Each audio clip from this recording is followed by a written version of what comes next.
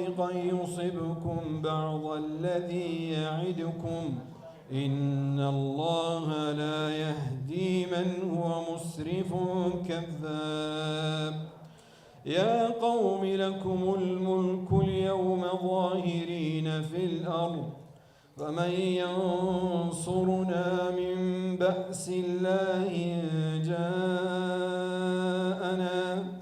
قال فرعون ما أريكم إلا ما أرى وما أهديكم إلا سبيل الرشاد.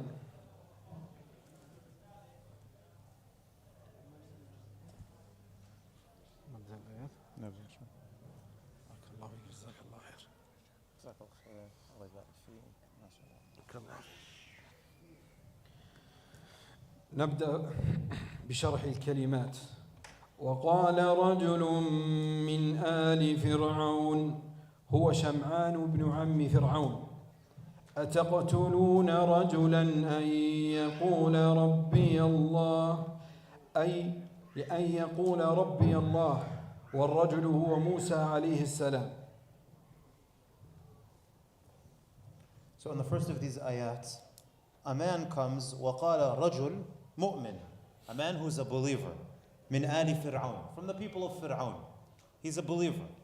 يَكْتُمُ إِيمَانَهُ, he's hiding his iman. So he's not making his belief apparent. He's hiding his iman from the people, but he comes to advise them. أَتَقْتُلُونَ رَجُلًا أَنْ يَقُولَ رَبِّي اللَّهِ, are you going to kill a man simply because he says my Lord is Allah? وَقَدْ جَاءَكُمْ بِالْبَيِّنَاتِ مِنْ رَبِّكُمْ, and he's come to you with proofs from your Lord. So he says here, وَقَالَ رَجُلٌ مُؤْمِنٌ مِنْ آلِ فِرْعَوْنَ, the man is, possibly his name was Sham'an ibn Am Fir'aun. So as is widely thought, he was the cousin of Fir'aun, this man who had believed. And we can take maybe a lesson here, that sometimes, look, guidance can occur in the heart of corruption.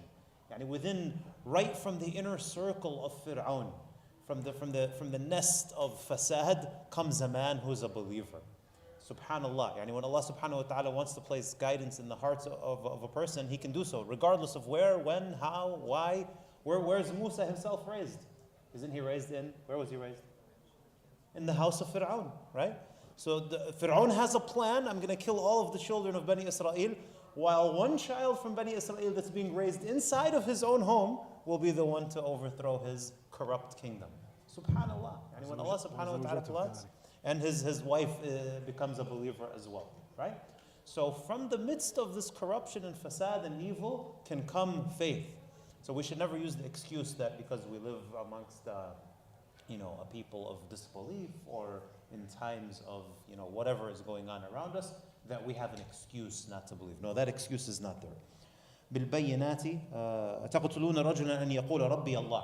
He says to them, so first notice, he's hiding his iman, and then he says to them, do you kill a man who says my Lord is Allah? So da'wah requires what here? What can we take from this? يكتم إيمانه. He's hiding his iman. Hikmah. Da'wah requires wisdom. Maybe it wasn't of wisdom at that time for him to come out and say, I'm a believer. So he hid his iman. It requires wisdom. Don't we sometimes say to a person that takes the shahada, maybe you don't need to tell your family yet. Give it some time until you feel ready to announce your Islam, because that's going to come with its own challenges and trials and tribulations, right?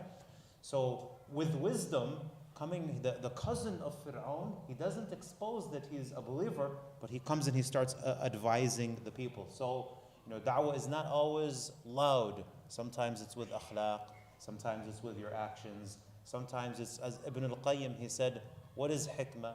He said choosing the right words at the right time and saying them the right way. That's wisdom. Choosing the right time. Sometimes it might be the right words you're saying. You might be speaking the truth, maybe at the wrong time sometimes. So he said hikmah, wisdom, is to choose the right words, to say them at the right time, and to present them in the right way. That's hikmah, that's wisdom. بالبينات من ربكم أي بالمعجزات الظاهرات فعليه كذبه أي ضرر كذبه عليه لا عليكم يصيبكم بعض الذي يعدكم أي بعض العذاب الذي يعدكم به في الدنيا عاجلا غير آجل. من هو مسرف كذاب أي مسرف في الكفر والظلم، كذاب لا يقول الصدق ولا يفوه به. So he says to them that Musa has come بالبينات من ربكم. He's come with clear proofs. He's come with miracles, right? So he's using like a kind of logical argument here. Look, he's bringing you proofs. Are you going to just reject the proofs altogether? He's bringing you miracles. Are we just going to overlook these miracles that Musa is coming with? So he's talking to them in a logical way. And if he tells them that if he وَإِن يَكُنْ كَاذِبًا فَعَلَيْهِ كَذِبُهُ. Right? Again, it's just logic. If he's lying, then the lie is going to fall back on him. If he's claiming to be a prophet and he's not, he's the one that this lie is going to fall back upon, right? وَإِن يَكُنْ صَادِقًا يُصِبْكُمْ بَعْضُ الَّذِي يَعِدُكُمْ. And if he's truthful, then some of what he promises is going to occur, isn't it? If he's truthful, then some of what he's saying of the punishment, it's going to happen if he's truthful. So he's using kind of this like logical type of approach and argument with them. And then he says, إِنَّ اللَّهَ لَا يَهْدِي مَنْ هُوَ مُسْرِفٌ كَذَّابٌ. That Allah does not guide the one who transgresses the bounds. Yani, disbelief requires lies to justify it. They need to have lies. Notice how in our time, Shaitan, he doesn't come directly. We're going to try to, redefine the truth. What is truth? What is morality? What's acceptable? What's not acceptable? They'll continue to redefine, go with the trends, go with, what the people are upon now. Whatever the society says is good is good. That's how truth over time to most of the people becomes redefined. Musrifun, what did he say? Musrifun kadhab. You go beyond the bounds, and then justify it with lies. ظاهرين في الأرض أي غالبين في بلاد مصر وأراضيها فمن ينصرنا من بأس الله إن جاءنا أي من عذاب الله إن جاءنا وقد قتلنا أولياءه ما أريكم إلا ما أرى أي ما أشير به عليكم إلا ما أشير به على نفسي وهو قتل موسى وما أهديكم إلا سبيل الرشاد أي إلا طريق الرشد والصواب. So we go back to that man that was hiding his faith, the cousin of Fir'aun, and he says, يَا قَوْمِ لَكُمُ الْمُلْكُ الْيَوْمِ. Right now you have the control of the land. You guys are in authority right now. ظَاهِرِينَ فِي الْأَرْضِ. You have control of the land, you have the authority, you have everything. You're in control of all things right now. So he says, فَمَنْ يَنْصُرُنَا مِنْ بَأْسِ اللَّهِ إِنْ جَاءَنَا. But who will protect us from the punishment of Allah if it truly does fall upon us? Okay, so we see here, ظاهرين في الأرض فمن ينصرنا من بأس الله إن جاءنا. So, and then the response to this from Fir'aun, his response is, قال فرعون ما أريكم إلا ما أرى. I'm just advising you with what I see. Fir'aun responds, he says, I'm giving you my honest advice. I advise you with what I see. وَمَا أَهْدِيكُمْ إِلَّا سَبِيلَ الرَّشَادِ. And I'm only guiding you to that which is good. So notice, in the statement of Fir'aun, مَا أُرِيكُمْ إِلَّا مَا أَرَى. I'll tell you what's right and wrong. You don't need to think for yourself. Just follow me blindly. And this is what you find usually from what? From authoritarian leaders and oppressive leaders and whatnot. They want to prevent the people from thinking. Why is there never free speech in most of these countries and nobody's allowed to speak out against the rulers? Why is that? Because the ruler wants to be the one to tell them what to think. And they want everybody. Why do they have to control the media? Have to control the news? Have to control the narrative completely? In most places in the world, it's controlled completely. It's the same It's the same approach. This is the Fir'aun mentality. I'll tell you what to think. ما أريكم إلا ما أرى. Don't worry. I'm an honest advisor to you. I'll tell you what you need to know and what you don't need to know. وَمَا أَهْدِيكُمْ إِلَّا سَبِيلَ الرَّشَادِ. And I'll guide you. What I'm calling you to is the truth. And again, Shaitan is not going to come and tell people that this is evil. He's going to make that evil sound good. Let's call it freedom. Let's call it you only live one time. Let's call it modernism. Give it a nice name. But in the end, if you peel back all the layers, what is it? It's satanic and it's evil. نبدأ بمعنى الآيات. ما زال السياق في الحديث عما دار في قصر فرعون، فقد أبدى فرعون رغبته في إعدام موسى معللا ذلك بأمرين: إحداهما أن يبدل دين الدولة والشعب، والثاني أن يظهر الشغب في البلاد والتعب للدولة والمواطنين معا. وها هو ذا رجل مؤمن من رجالات القصر يكتم إيمانه بموسى وبما جاء به من التوحيد خوفا من فرعون وملئه. ولنستمع إلى ما أخبر تعالى به عنه.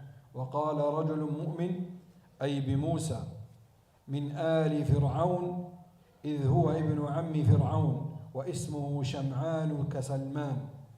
وقال أتقتلون وينكر عليهم قرار القتل رجلا أن يقول ربي الله، أي لئن قال ربي الله وقد جاءكم بالبينات وهي الحجج والبراهين كالعصا واليد من ربكم الحق الذي لا رب لكم سواه. So here he says here that this is still taking place in the palace of Fir'aun. Fir'aun makes two claims here, that Musa is coming to change your religion and he's coming to cause unrest in the land. So he's making these claims against Musa in any way that he can. And then the believer from Ali Fir'aun comes and he's trying to call them to the truth. So the people they're hearing from Fir'aun, they're hearing the truth on the other side, and that's where we are right now. وأن يكن كاذبا أي وإن فرضنا أنه كاذب فإن ضرر كذبه عائد عليه لا عليكم. وأن يكن صادقا وهو صادق يصيبكم بعض الذي يعدكم من العذاب العاجل. إن الله تعالى لا يهدي أي لا يوفق إلى النصر والفوز في أموره من هو مسرف متجاوز للحد في الاعتداء والظلم، كذاب مفتري يعيش على الكذب فلا يعرف الصدق. حتى ممكن تختصر ما هناك من جديد.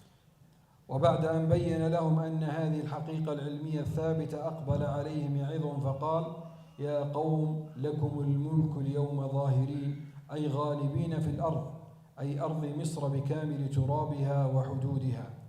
وهنا قام فرعون يرد على كلمة الرجل المؤمن، فقال ما أخبر تعالى به عنه في قوله: قال فرعون ما أريكم إلا ما أرى، أي ما أشير عليكم بشيء إلا وقد رأيته صائبا وسديدا، يعني قتل موسى عليه السلام، وما يهديكم إلا سبيل الرشاد، أي إلا إلى طريق الحق والصواب، وكذب والله. So again, as we mentioned previously, the lying here blocks guidance. So that's something that we can learn from as well, is that we have to be very careful with our tongues. Habitual lying will block the heart from being able to retain guidance. So that's something that's very important to keep in mind. And Fir'aun, he pretends sincerity, but in reality he's only defending his own kingdom and he has no concern for the people whatsoever. So we learned from the man that was hiding his faith that calling to truth is calculated. It requires wisdom. It requires patience and all of those things. He thought that the right thing to do at the time was to hide his faith. And the danger of those who claim to be the only ones with the truth. This is very important as well. When somebody claims that he's the only one that has the truth, you have to follow me. You have to be part of this very small group and everybody else is misguided, and this might occur sometimes within Islam with various groups and whatnot. So we have to be very careful of that. Somebody that claims, I'm the one with the truth is I'm the truth and the truth is I, right? And no, but everybody else is misguided. No, this is not part of the humility of being a believer. This was the way of the Fir'auns of the world and the danger of those who follow them blindly. So a Muslim should never be a blind follower in anything at all. We'll take a couple of benefits from the ayat, inshallah. من هداية الآيات الأولى فضل الإيمان وفضل صاحبه، فقد ورد الثناء على هذا الرجل في 3 رجال.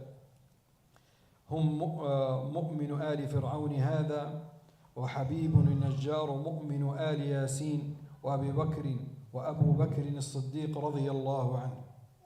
الثانية فصاحة مؤمن آل فرعون هي ثمرة إيمانه وبركته العاجلة فإن لكلماته وقعا كبيرا في النفوس. الثالثة التنديد بالإسراف في كل شيء والكذب والافتراء في كل شيء وعلى أي شيء. الرابعة ومن عجيب أمر فرعون ادعاءه أن يهدي إلى الرشد والسداد والصواب في القول والعمل حتى ضرب به المثل فقيل فرعون يهدي إلى الرشاد. Couple of benefits to walk away with, inshallah. He mentions here that these virtuous people, and he mentions three that had this, similar virtue. One of them here is this man who was hiding his faith from Ali Fir'aun. Then you have Abu Bakr, who used the same statement when he was defending the Prophet Muhammad sallallahu alaihi wasallam. He used the same statement, أَتَقْتُلُونَ رَجُلًا أَنْ يَقُولَ رَبِّيَ اللَّهِ. Now notice the difference though. What's the difference between this man from Ali Fir'aun and Abu Bakr as-Siddiq? There's a difference between them. He was hiding his iman. And Abu Bakr didn't hide his iman. So that gives Abu Bakr a virtue above this man. Even though there was danger, he didn't hide his iman. It would have been permissible for him to do so, but he wasn't hiding his iman, despite the fact that he put himself in danger.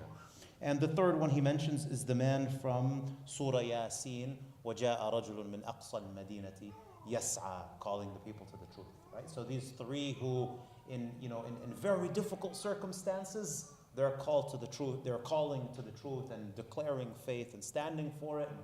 And he says these are three very virtuous individuals. So here, notice here, this man, we don't necessarily know exactly who he was. We don't know his name. We don't really know much about him. We don't have his seerah or anything like that. But Allah put barakah in his words to the extent that his words are recited until Yawm al-Qiyamah in the Quran. A word spoken with sincerity, sometimes the scholars, they mention a word spoken with sincerity.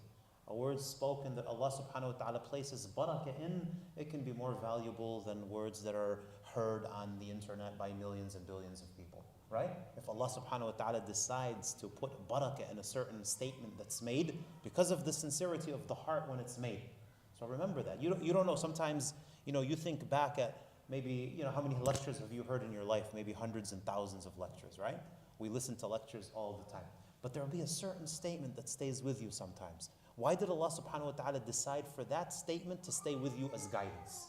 It may be that that individual who spoke them had ikhlas in his heart when he spoke those words. So Allah used those words and allowed them to be effective and for them to stay with you as a type of guidance. Some of the scholars, they said, وَلَا يَعْلَمُ جُنُودَ رَبِّكَ إِلَّا هُ. None knows the soldiers of Allah except for him. When Allah wishes to use a story or a statement as his soldier to guide somebody, he will do so. Naam. And what else here? He mentions the constant lying and the fabrication and what that leads to. And a disbeliever or a person that calls to falsehood will continue to lie and fabricate. They might even be deluded into thinking that they're calling to the truth. They'll have fooled themselves into believing that what they're upon is truth. But in reality, they're calling to nothing but falsehood and corruption. Now, we end with that, inshallah. جزاكم الله خير.